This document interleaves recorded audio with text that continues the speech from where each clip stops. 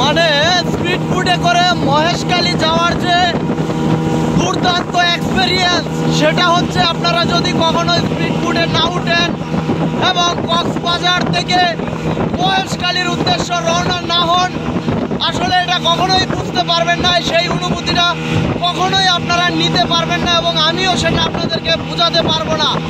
আর এই নদী পথে যে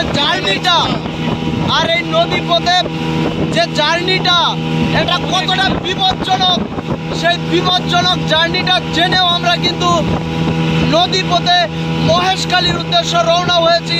পাশাপাশি হচ্ছে আকাশে, নদী পথের আকাশে কিন্তু অসংখ্য বিমান ঘোরাঘুরি করছে, যেগুলা কিন্তু আমাদেরকে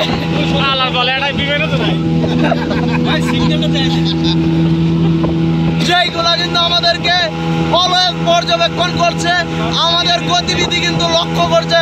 পাশাপাশি আপনারা দেখতে পাচ্ছেন দু চোখ যেদিকে যায় সেদিকে কিন্তু শুধু পানি আর পানি, আর কিচ্ছু দেখা যায় না।